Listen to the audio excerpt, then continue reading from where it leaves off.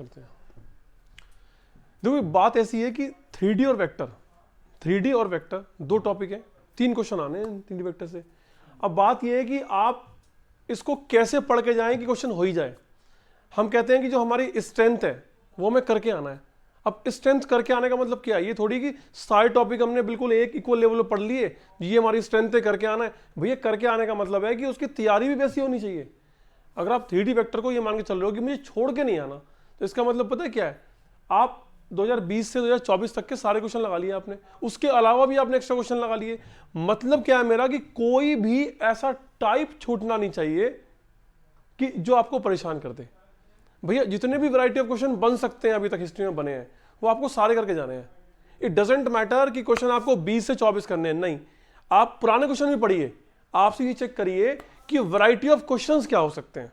Question पढ़िए, ये निकालना है नहीं तो मैं निकाल लिया, ये निकालना है तो मैं निकाल लिया। तो क्वेश्चन पढ़ने में लगे किसी 2 सेकंड लगे। तो मेरा कहने का मतलब है आप 150, 200, 300, 400 क्वेश्चन पढ़ डालिए, उसमें से आपको लगे हाँ ये नई वैरायटी है, उसे पकड़ लीजिए। तो भैया इसको बोलते हैं स्ट्रेंथ। स्ट्रेंथ आपको ऐसे बिल्डअप करनी है। वेक्टर 3D आपकी स्ट्रेंथ हो गई, समझ गए ना?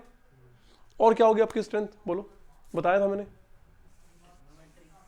ट्रिग्नोमेट्रिक स्ट्रेंथ नहीं है, इनवर्स ट्रिग्नोमेट्रिक स्ट्रेंथ बन सकती है। ट्रिग्नोमेट्रिक में वो बहुत कुछ घुमा देता है क्वेश्चन।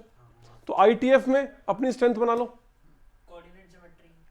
कोऑर्डिनेट ज्योमेट्री में जिसने मेहनत करी है कोऑर्डिनेट ज्योमेट्री में, उसके लिए वो स्ट्रेंथ है भाई। कि कोऑर्डिनेट ज्योमेट्री जितनी आसान है उतनी मुश्किल भी है।